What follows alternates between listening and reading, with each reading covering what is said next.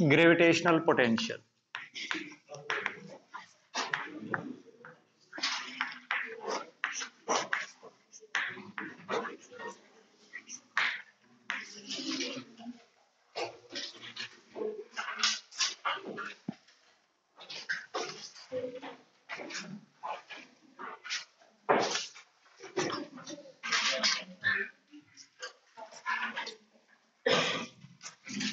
Gravitational potential हम आमतौर के ऊपर जब कैलकुलेशन करके चलते हैं तो किसी ऑब्जेक्ट का जब हम निकाल करके चलें तो रेफरेंस के तौर पर हम कोई प्लैनेट लेते हैं। मान लेते हैं हमारे पास we have a planet of mass m radius r। m क्या है? मास। और r क्या है? Radius.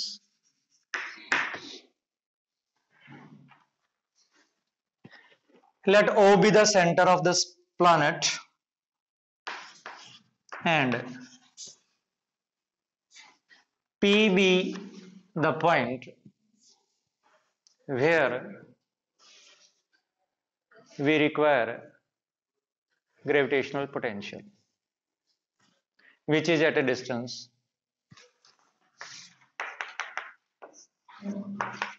r from center of the planet। ठीक है बेटा। By the definition of gravitational potential, we represent it by V, and I am calculating gravitational potential at point P is the amount of work done against gravitational force in bringing an object of unit mass from infinity to the given point without producing acceleration in it। क्या लिखा, क्या बताया मैंने, क्या बताया आपको? What is this? Amount of work done। Amount of work done in bringing a unit mass from infinity to given point without changing kinetic energy, without changing kinetic energy means without producing any acceleration in it। क्या produce नहीं होना चाहिए? Acceleration produce नहीं होना चाहिए। ये definition है। यानी मोटी सी बात है मेरे पास V at point P is equal to W infinity to P divided by M। Work करेंगे, कहां से कहां तक वर्क करेंगे? इंफिनिटी से कहां तक वर्क करेंगे? P पॉइंट तक वर्क करेंगे। कितने मास के ऑब्जेक्ट के लिए? M मास की। और फिर उसको डिवाइड कर देंगे किससे? M से। तो मोटी सी बात हो गई मेरे पास V at point P is equal to 1 by M infinity to P और F dx लेकर के आ रहे हैं इसको।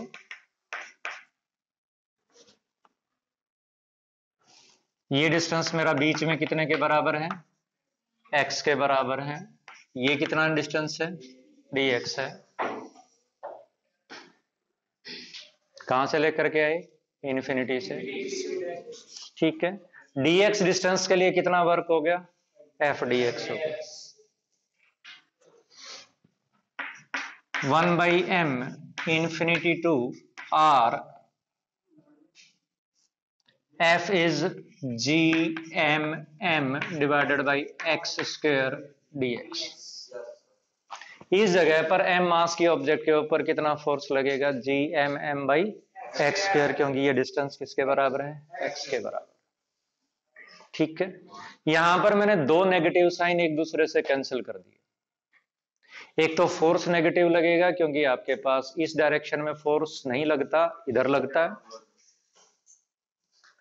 ठीक है। और एक आपने कहा कि अगेंस्ट ग्रेविटेशनल फोर्स, तो इसलिए मैंने दोनों माइनस साइन को छोड़ दिया।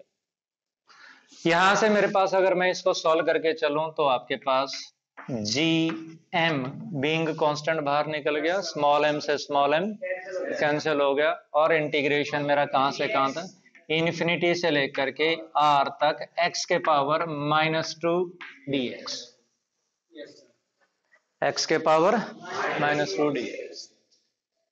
यहां से मेरे पास जब इंटीग्रेशन में करके चलूं इसका, जी एम,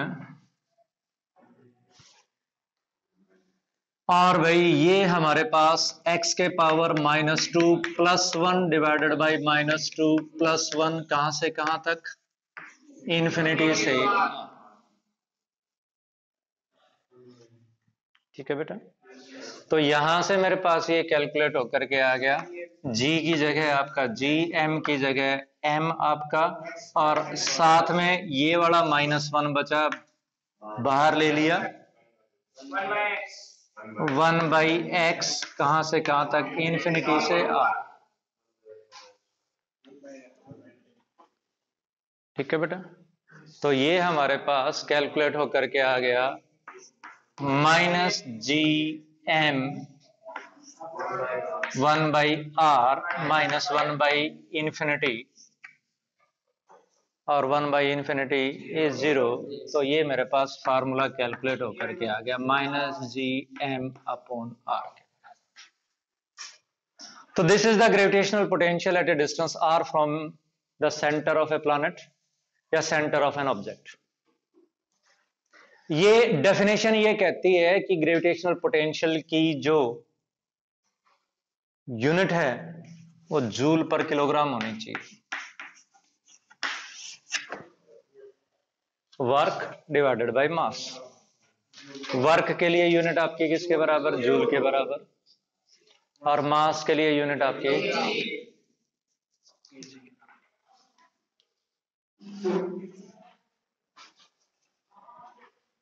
ठीक है। आपके पास क्योंकि ये वर्क है इसलिए डेफिनेटली स्केलर है, वर्क आपका स्केलर होता है, तो ये भी आपका क्या हो गया, स्केलर हो गया। अगर मैं इसके डायमेंशनल फार्मूला की बात करके चलूं तो जूल वर्क है, ml2 t-2 होता है, डिवाइडेड बाय kg, m से m कैंसिल हो गया, क्या बच गया, l2 t-2, ठीक है। This is the gravitational potential due to a planet at a distance r from the center of planet, but this formula is not always true। अब मैं इस फार्मूले के लिमिटेशंस के ऊपर जाता हूं। बेटा वर्क जो होता है मेरा, dw जो वर्क होता है वो f इंटू dx होता है, फोर्स इंटू डिस्टेंस। तो हम इस ऑब्जेक्ट को जब लेकर के आ रहे हैं तो बीच में किसी इंस्टेंट पर वो आपका कितने डिस्टेंस के ऊपर है, x डिस्टेंस के ऊपर है, उस वक्त उसके ऊपर यहां पर फोर्स कितना लग रहा है, F। उस वक्त हमने उसके अंदर डिस्प्लेसमेंट कितना दिया, dx दिया, तो मेरा वर्क किसके बराबर हो गया, F इंटू dx के बराबर हो गया। The object is experiencing force F, और मैंने उसके अंदर डिस्प्लेसमेंट कितना प्रोड्यूस किया, dx, in the line of force ही किया, इसलिए cos थीटा वर्क आपका यूटिलाइज नहीं हुआ, तो F इंटू dx। और फिर ग्रेविटेशनल फोर्स लग कितना रहा है, gmm upon x square, m से m कैंसिल हो गया, आपके पास कैलकुलेट होकर के आ गया, राइट। फिर मैं आपके वो वापस चलता हूं, this formula is not valid every time, this has the limitation, और वो लिमिटेशन क्या है मैं आपके लिए डिस्कस करता हूं।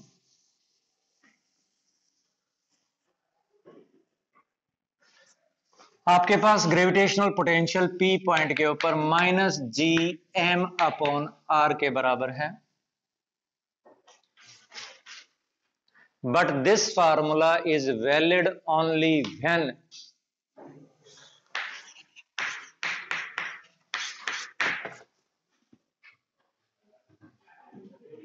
when this formula is valid only when the point of observation lies outside the planet. समझ गए आप? प्लानेट से कहां होना चाहिए? ठीक है. It means that there is different formula for r lesser than capital R. R lesser than capital R के लिए आपके पास जो ये फार्मूला है वो आपका डिफरेंट होना चाहिए. डेफिनेशन यही है. Gravitational potential at point P is amount of work done in bringing the object from infinity to P. Infinity to P point तक जब हम उसको लेकर के आए तो उस वक्त उसके ऊपर कितना आपने वर्क किया, वो टोटल वर्क ही आपका ग्रेविटेशनल पोटेंशियल के बराबर है. ठीक है बेटा. अब हुआ क्या, एक्चुअली आपने यहां पर फोर्स लिखा. कौन सा लॉ ओबे कर रहा है? Force inverse square law. कौन सा लॉ ऑब्जर्व कर रहा है? Inverse square law. पर जब ऑब्जेक्ट आपकी प्लैनेट के अंदर होती है तो वो इनवर्स स्क्वायर लॉ ओबे नहीं करता. मैं आपको याद दिलवा दूं. मोटी सी बात है, ग्रेविटेशनल फोर्स मेरा mg के बराबर होता है. ये बात कितने लोगों को समझ में आती है कि ग्रेविटेशनल फोर्स जो है वो mg के बराबर होता है? अब ये g की वैल्यू अगर मैं आपसे बात करूं तो g जो है मेरा gm अपॉन r स्क्वायर के बराबर तो केवल तब होता है जब आपका r ग्रेटर देन और इक्वल टू r होता है. यानी इनवर्स स्क्वायर लॉ तो केवल तब वैलिड होगा फोर्स का जब ये आपका बाहर होगा, पर अंदर होगा तो आपके पास g जो है वो I think gm upon r square r cube into r आ गया. ठीक है ना. यानी मुझे मोटी सी बात है, जब मैं इंटीग्रेशन करने लगूंगा, इन्फिनिटी से जब मैं अंदर पहुंचूंगा P पॉइंट के ऊपर, तो मुझे इन्फिनिटी से लेकर के R तक का तो अलग इंटीग्रेशन करना होगा और R से P तक का अलग करना होगा. क्यों? इन्फिनिटी से लेकर के R तक तो फोर्स लगा gm बाई एक्स स्क्वायर लिख लो into m. gm by x square into m इतना फोर्स लगा. और जब मैं P सरफेस से अंदर घुसा तो मेरे पास फोर्स की वैल्यू बदल गई. कितने आ गई फिर वो? gm divided by what? r cube into x. बताओ आ गई कि नहीं आ गई? अब मुझे इसका क्या करना पड़ेगा? इंटीग्रेशन करना पड़ेगा. अलग हो गया, फोर्स बदल गया ना भाई. मेरे पास इन्फिनिटी से लेकर के P पॉइंट तक का फोर्स का वेरिएशन जो मुझे करना था एफ डी एक्स, ये इन्फिनिटी से लेकर के R तक का तो अलग है और R से R तक का यानी P तक का अलग है. अब यहां तक का तो मैंने कैलकुलेट कर दिया. कितना कैलकुलेट होकर के आ गया? कैपिटल R आ गया. सरफेस तक कहां पर पहुंच गया? सरफेस पर. सरफेस तक पहुंच गए तो कहां कितना आ गया मेरा? माइनस gm बाई r आ गया. अब चले सरफेस से अंदर को P पर. अब कहां चले? सरफेस से अंदर को कहां पर? P पर. किसका इंटीग्रेशन करना लगा पड़ा? gm by r cube into x into what? dx. और इसका इंटीग्रेशन हो गया एक्स स्क्वायर बाई 2. बताओ हो गया कि नहीं हो गया? इसका इंटीग्रेशन क्या हो गया? कहां से कहां तक? कैपिटल R से स्मॉल r तक. कैपिटल R से कहां तक? स्मॉल r तक हो गया. कैपिटल आर से स्मॉल आर हो गया, तो कैपिटल आर से स्मॉल आर हो गया, तो मेरे पास ये हो गया जी बाहर आ गया, एम बाहर आ गया, आर क्यूब बाहर आ गया, 2b बाहर आ गया, और ये क्या हो गया R square minus R square. यहां तक किस किस को क्लियर? हमने इसके रट्टे नहीं लगाने, रट्टे लगाने के लिए फार्मूला मैंने आपको ड्राइव कर दिया, कर दूंगा, कैसे करना है वो बता रहा हूं आपको। ये कैसा साइन है बेटा? ये भी माइनस कर दिया, आर स्क्वायर अंदर ले लिया, और ये आर स्क्वायर ऐसे कर दिया।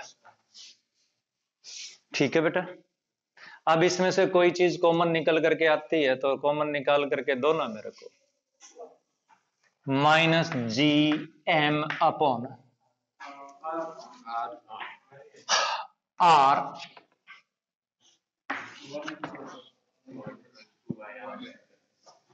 ठीक है बेटा। ये तो माइनस हो गया, माइनस बाहर ले लिया मैंने, ये बच गया मेरे पास 1 माइनस प्लस आएगा, प्लस आएगा 1/2 R square, R square minus R square, यही हुआ ना?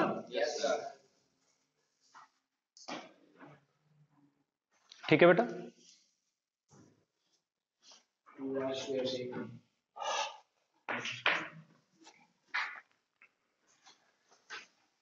I now writing here, और मैं लिखने जा रहा हूं minus G M upon 2 R cube 3 R square minus R square. कितने लोगों को समझ में आया?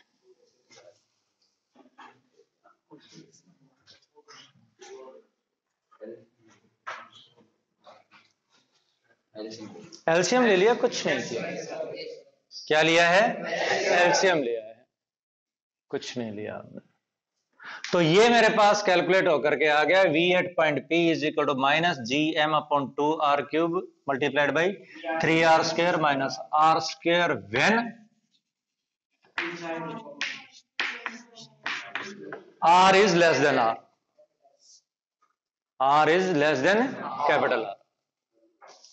अब मैं अगर एट द सरफेस की बात करके चलूं,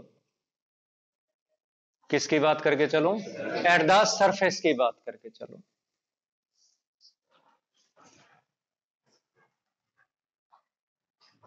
तो कोई सा भी फार्मूला यूटिलाइज कर लो, you will get the same result. At surface R is equal to R, surface के ऊपर स्मॉल r किसके बराबर है? आपका कैपिटल R के बराबर है। और अगर ऐसा है तो आपके पास V at R is equal to minus of G M upon capital R। ठीक है बेटा। What is the gravitational potential at the centre of the planet?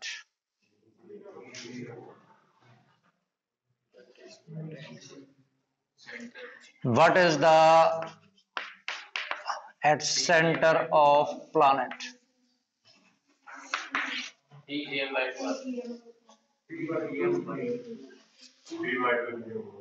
Some of the students are saying that I should write 3/2 gm by r. कितने लोगों को ये बात समझ में आती है? नहीं आती। ये फार्मूला तो तब वैलिड है जब आपका R greater than capital R है। ये वाला फार्मूला आपका तब वैलिड है when R is lesser than R।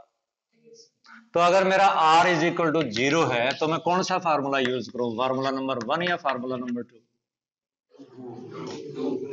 कौन सा formula R less than R के लिए वैलिड है? और 0 अगर R की वैल्यू पुट करके चलें तो वो कैपिटल R से लेसर होगी कि नहीं होगी? तो मैं कौन सा फार्मूला यूज करके चलूं, फर्स्ट और सेकंड? सेकंड में अगर मैं स्मॉल r की वैल्यू 0 पुट करके चलता हूं,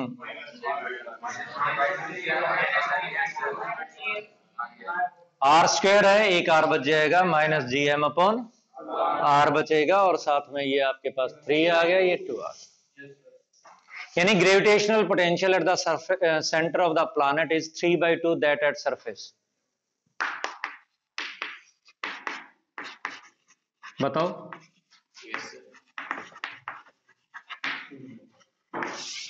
ग्रेविटेशनल पोटेंशियल आपका सेंटर ऑफ प्लैनेट के ऊपर कितना है? आपका सेंटर ऑफ प्लैनेट के ऊपर उतना है जितना सरफेस के ऊपर है, और उसका कितने टाइम मल्टीप्लाई हो गया? 3/2।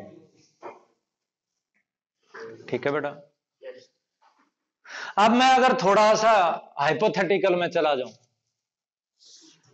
हल्का सा हाइपोथेटिकल चला जाऊं, मैं फुटबॉल की बात करूं या बास्केटबॉल की बात करके चलो, तो इस पॉइंट पर ग्रेविटेशनल पोटेंशियल कितना होगा? अगर इस फुटबॉल का मास m है, रेडियस कैपिटल R के बराबर है, ये डिस्टेंस मेरा स्मॉल r है, तो आपके पास what will be the gravitational potential at point P now? I am having this now but hollow spherical shell. तो what will be the formula for this?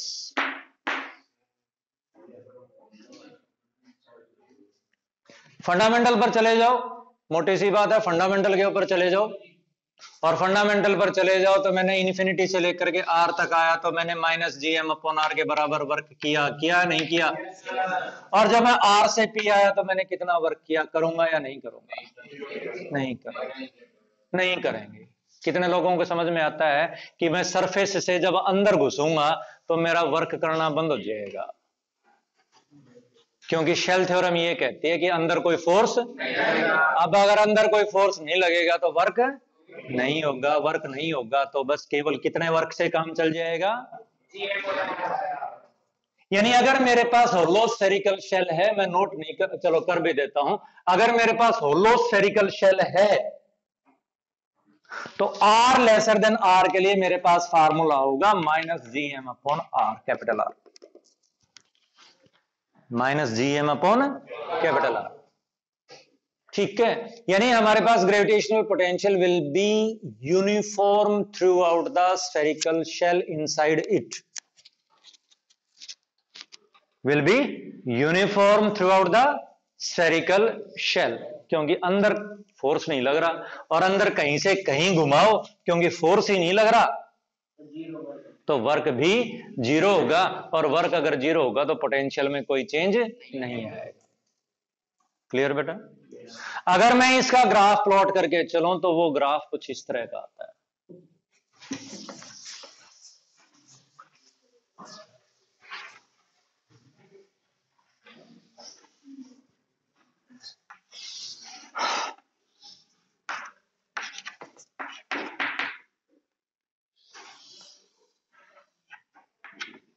ये आपके पास R और ये आपके पास V।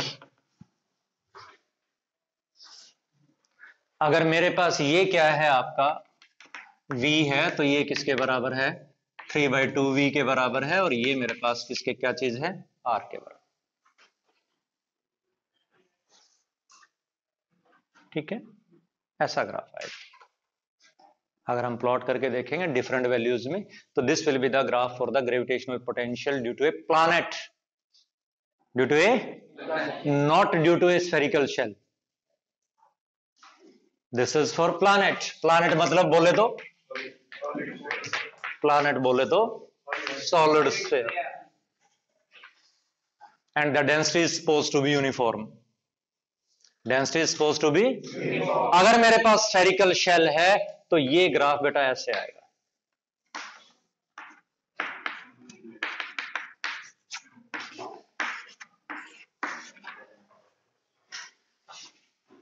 कहां से कहां तक कांस्टेंट रहेगा? सेंटर से लेकर के सरफेस तक क्या रहेगा आपका? कांस्टेंट रहेगा, क्योंकि सेंटर से लेकर के सरफेस तक किसी तरह का कोई वर्क नहीं हो रहा।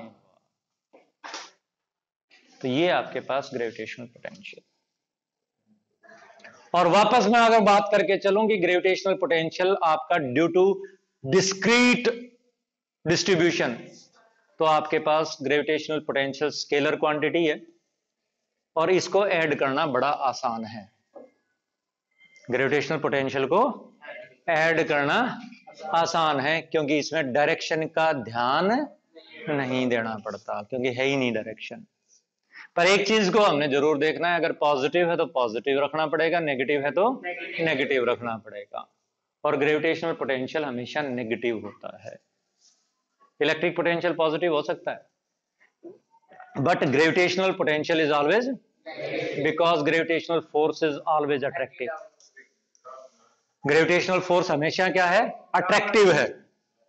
ग्रेविटेशनल फोर्स हमेशा कैसा है? अट्रैक्टिव है। तो पोटेंशियल हमेशा क्या रहेगा आपका? नेगेटिव। ठीक है भाई। अब मैं बात करता हूं what do you mean by gravitational potential energy.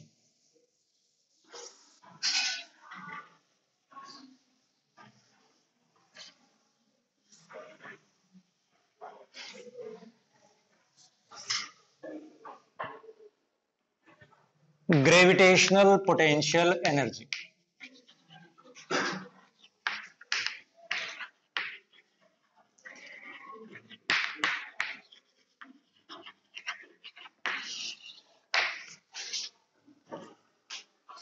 Gravitational potential में और ग्रेविटेशनल पोटेंशियल एनर्जी में थोड़ा सा फर्क है। हमारे पास ये कोई प्लैनेट है या कोई सोर्स ऑब्जेक्ट है, प्लैनेट कह लो या फिर क्या कह लो, कोई सोर्स ऑब्जेक्ट कह लो। इसकी वजह से पी पॉइंट पर ग्रेविटेशनल पोटेंशियल किसके बराबर है? वी के बराबर है। मुझे आप बता सकते हो व्हाट इज वी? है क्या? है क्या ग्रेविटेशनल पोटेंशियल? वर्क है। वर्क है। क्या है? वर्क है। कितना वर्क है? यूनिट मास को कहां से कहां लेकर गए? कितना मास लेके आए? यानी उस यूनिट मास से फिर डिवाइड करना पड़ा। यानी मोटी सी बात है, gravitational potential is the property of this planet only.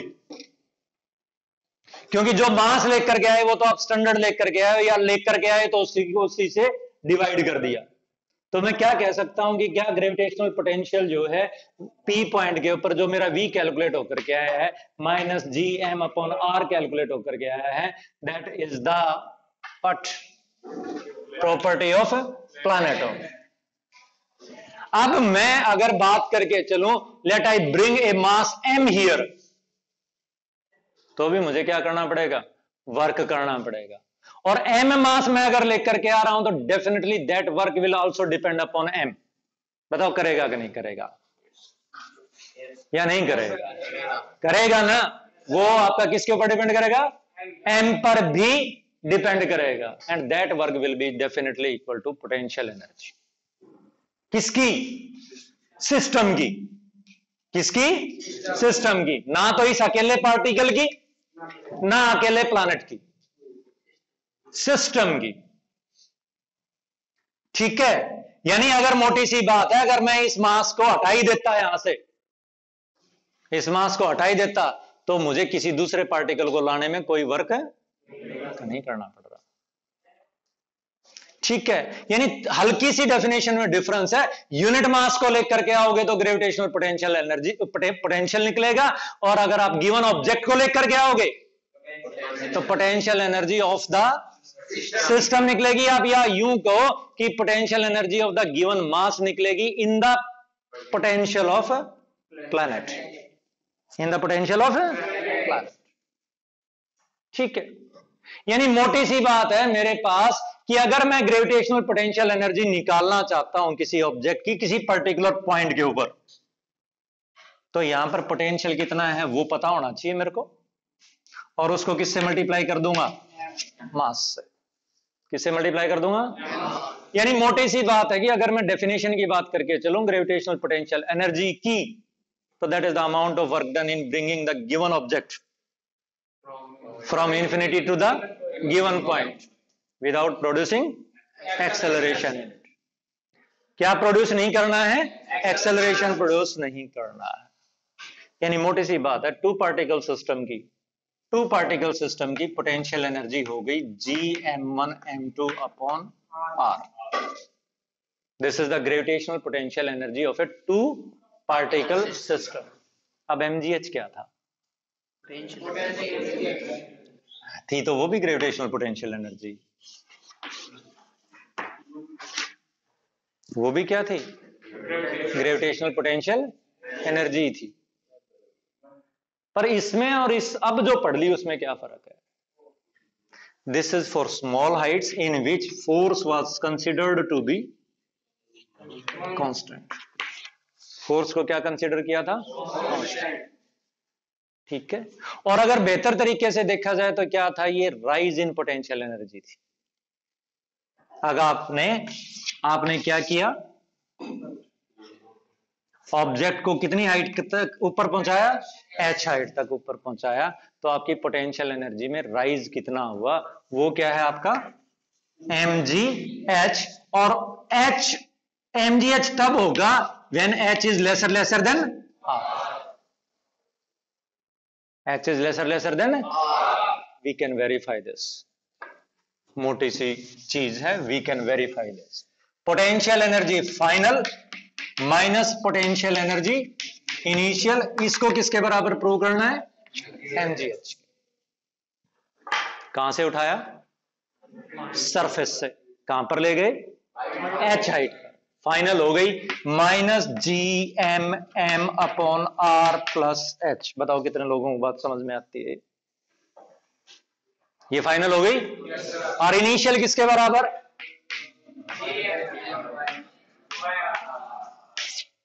यही हो गई। इज इक्वल टू, डिफरेंस लेना आता है? डिफरेंस लेना आता है। ये माइनस माइनस क्या हो गया? प्लस हो गया। G M upon R, M भी ले लिया।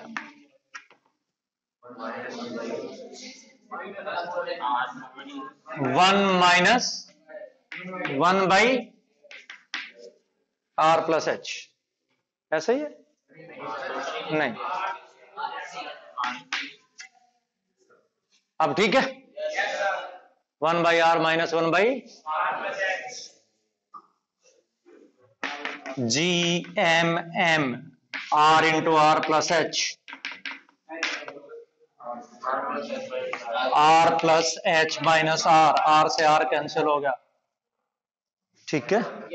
And when height is very small in comparison to R, H can be neglected. G M by and this is G. तो किसके बराबर हो गया?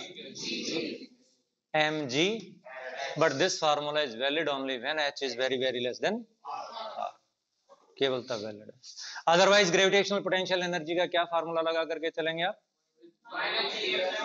Minus G M upon R, assuming that gravitational potential is zero at कहां पर? Infinity. कहां पर infinity है? इन्फिनिटी पर क्या है? जीरो। क्लियर बेटा? तो ये मेरे पास ग्रेविटेशनल पोटेंशियल एनर्जी का क्या आ गया? फॉर्मूला आ गया। अगर 3 पार्टिकल सिस्टम हो तो क्या करूंगा? 3 पार्टिकल हो तो मैं क्या करूं? मैंने आपको तरीका बताया, 1 2 3। Potential energy is work done to assemble the system. समझ रहे हो क्या कह रहा हूं मैं? पोटेंशियल एनर्जी की बेसिक डेफिनेशन है, पोटेंशियल एनर्जी की बेसिक डेफिनेशन है सिस्टम की। पोटेंशियल एनर्जी क्या है? What amount of work has been done in assembling that system. उस सिस्टम को असेंबल करने के लिए कितना वर्क करना पड़ा, ये क्या है? Potential energy. तो इस सिस्टम को असेंबल करना है मेरे को।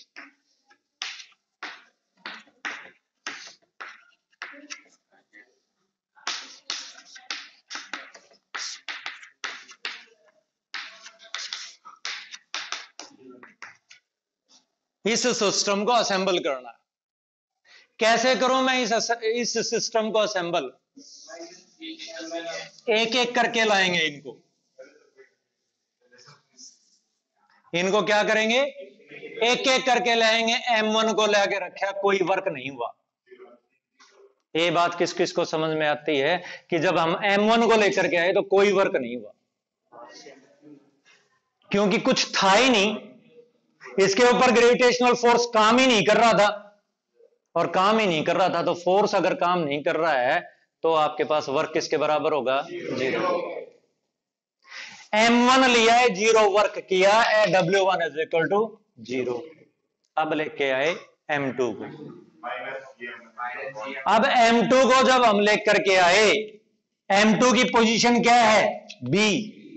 तो अभी मैंने आपको थोड़ी देर पहले बताया कि भाई M2 को लाने के लिए वर्क कितना करना पड़ेगा, B के ऊपर पोटेंशियल कितना है?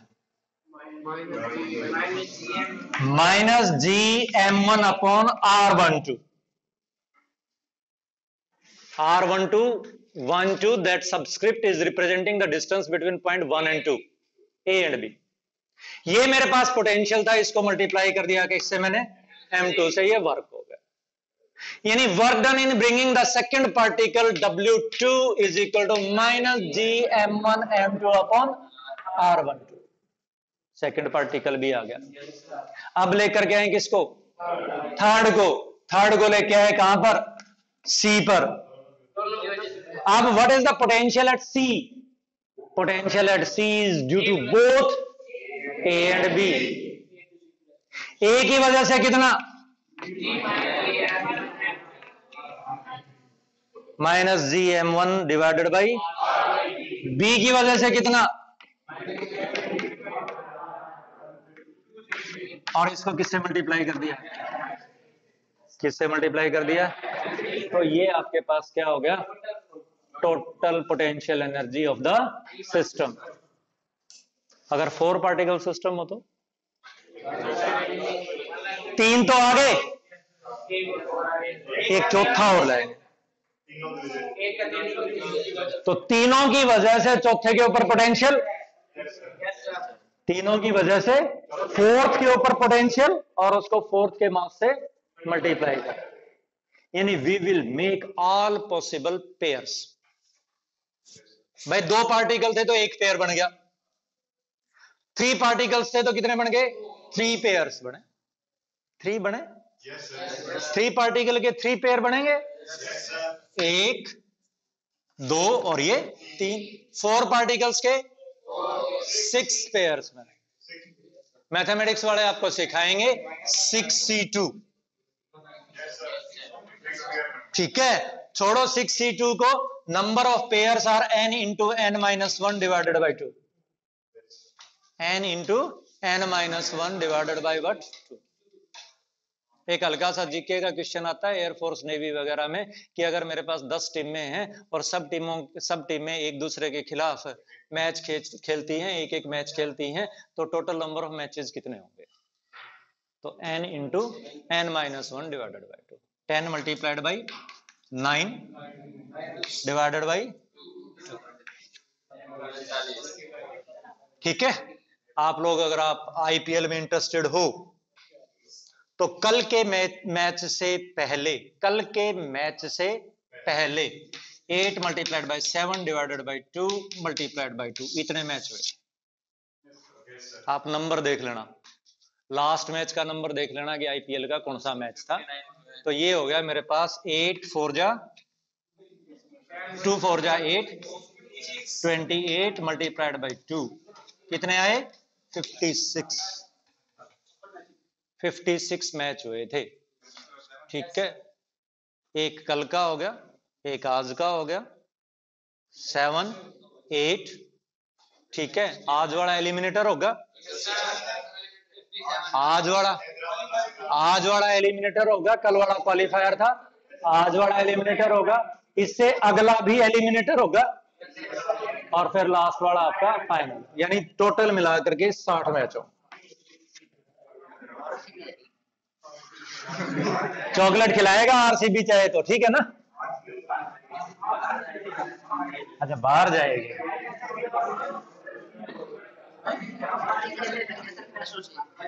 चलो कैलकुलेट करो।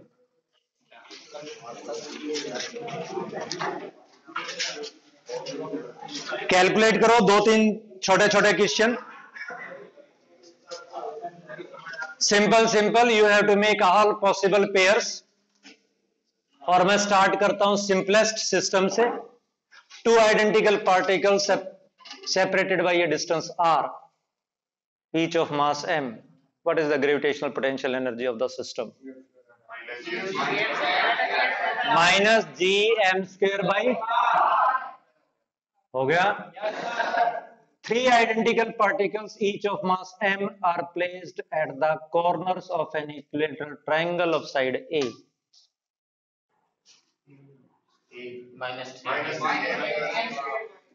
दौड़ाओ मत बेटा, everyone is not so far fast, but the answer is minus 3 gm square by A.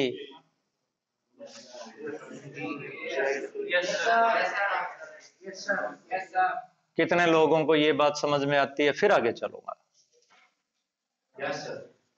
तीन पेयर बनेंगे, आइडेंटिकल पेयर बनेंगे। Four identical particles each of mass, four identical particles are placed at the corners of a square of edge A. What will be the gravitational potential energy of the system?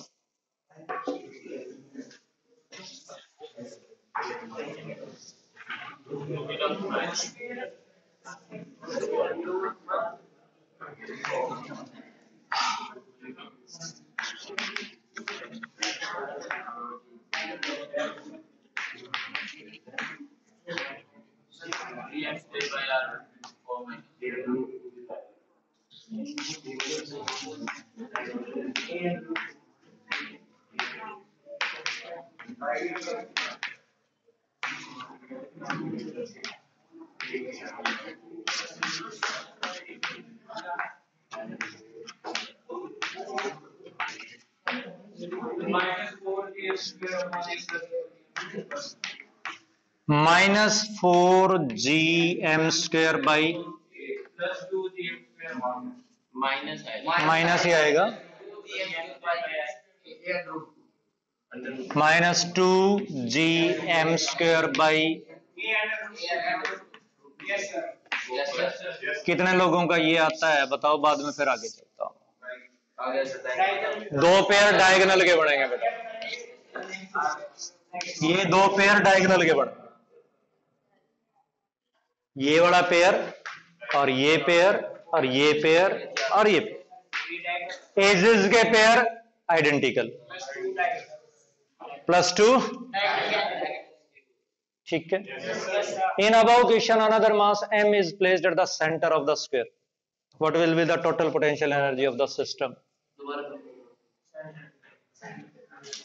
In above question, fifth particle is placed at the center. Calculate total potential energy of the system and potential energy of the fifth particle. दो अलग अलग,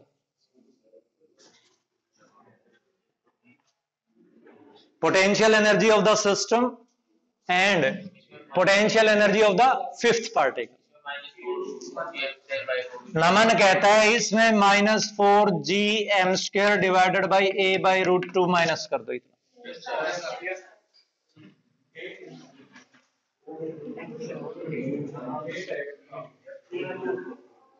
यहां पर बेटा a divided by √2 लिखा है मैंने। हाँ, अगर a डिवाइडेड बाय √2 है जब तो 4 ही आएगा। 8 आएगा, 4 number of particles are 5, number of pairs will be 5 multiplied by 4 divided by 2 यानी 10, और ये 10 हो गए हैं, 4 2 6 और 4 10।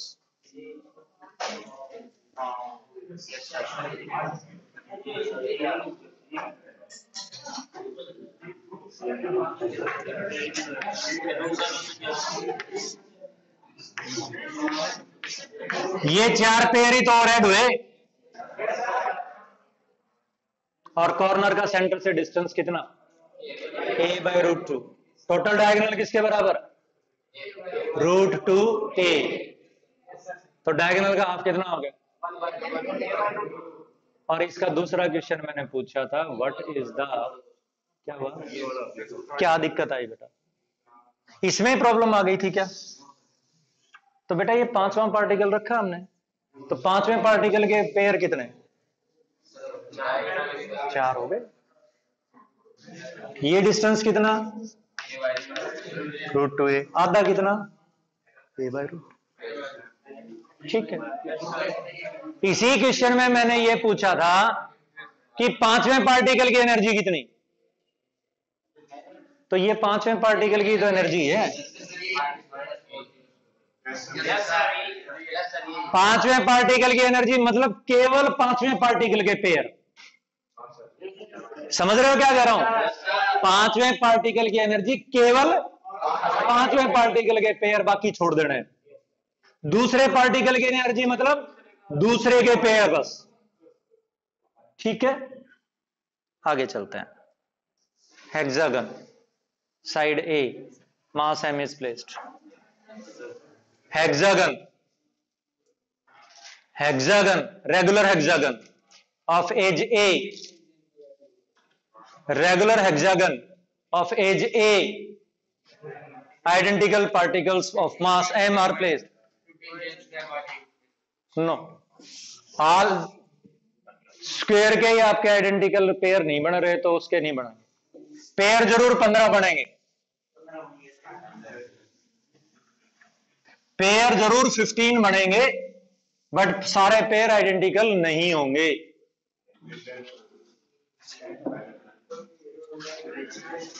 पेयर तो 15 ही बनेंगे। 6 multiplied by 5 divided by 2 that is equal to 15।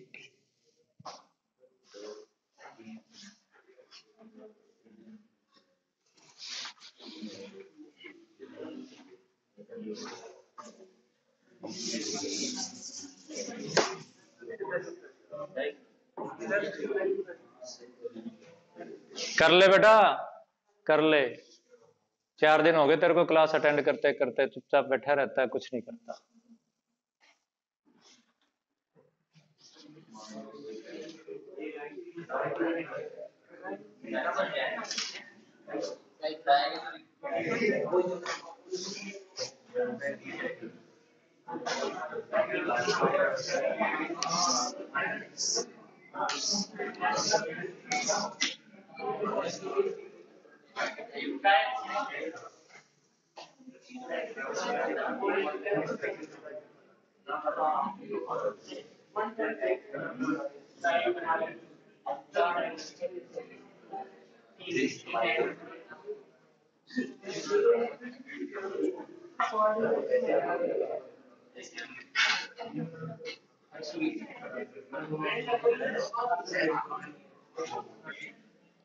एक टर्म तो मैं लिख देता हूं, एक तो मैं लिख देता हूं।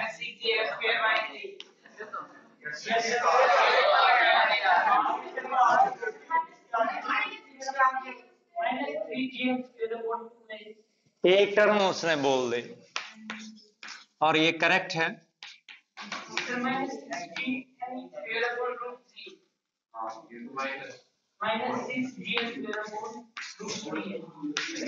Root absolutely correct.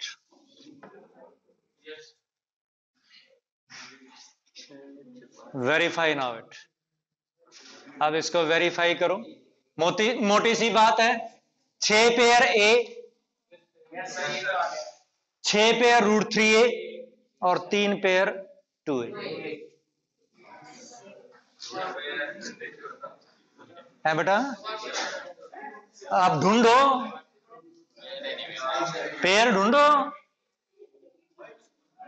बताने से तो बाद में फिर आप यूं कहोगे कि फंडामेंटल क्लियर नहीं हुए, सब कुछ याद नहीं होता।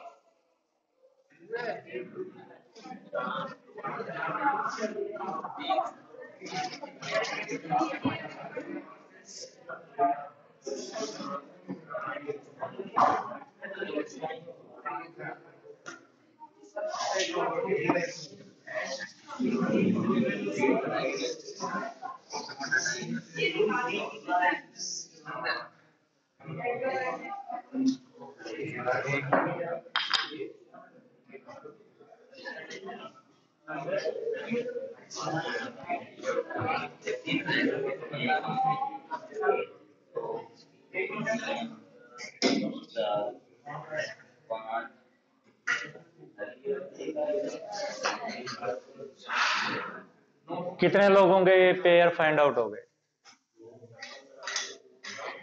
तुम तो तीनों इकट्ठे बैठे हो। ठीक है, group discussion is very good, समझ में आना चाहिए। चाहे मेरे से आओ, चाहे साथी से आओ, चाहे किताब से आओ, चाहे गूगल से आओ।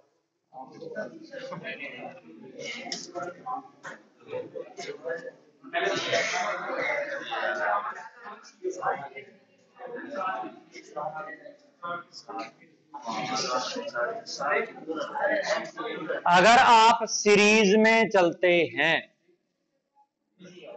तो पेयर ढूंढने में कोई परेशानी नहीं है। अगर मैं इसके पेयर बनाऊं, डायग्राम से बनाऊं, तो डायग्राम हो गया, ये तो मेरे पास पहला पेयर हो गया, ये दूसरा पेयर हो गया, तीसरा पेयर हो गया, चौथा पेयर हो गया, पांचवा पेयर हो गया और छठा पेयर। अब मुझे क्या करना है? अब मैंने एडजेसेंट तो ले लिए, अब लूं एक छोड़ के एक, दौड़ना नहीं है, एक छोड़ के एक। 1 2 3, पर ये तो 3 ही कॉर्नर आए, 3 और कॉर्नर है, 4 5 6, ये हो गए 6 कॉर्नर, नहीं 6 पेयर। ये हुआ हमारे पास एक छोड़ के एक, अब 2 छोड़ गए, अब 2 छोड़ के करने लगा, एक आ गया, 2 आ गए और ये 3 आ गया। तो इस डिस्टेंस में कोई प्रॉब्लम नहीं है, इस डिस्टेंस में कोई प्रॉब्लम नहीं है, इसमें बता रहे हो आप। ट्रिग्नोमेट्री यूज करो। दिस इज 120 डिग्री, हेक्सागन है, क्या है आपका? हेक्सागन है, या फिर आपकी ये 2 ट्राइंगल बनेंगी 60 डिग्री का बना। परपेंडिकुलर ड्रॉप कर दिया, ये मेरे पास 60 डिग्री। ए आपके पास हाइपोटेन्यूज हो गया, ए क्या हो गया आपके पास?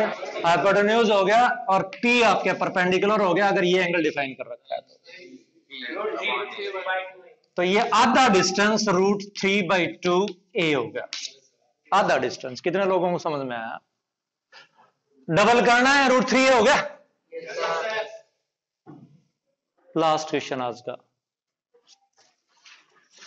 क्यूब है और at every corner of the cube identical particles are placed, what will be the potential energy of the system?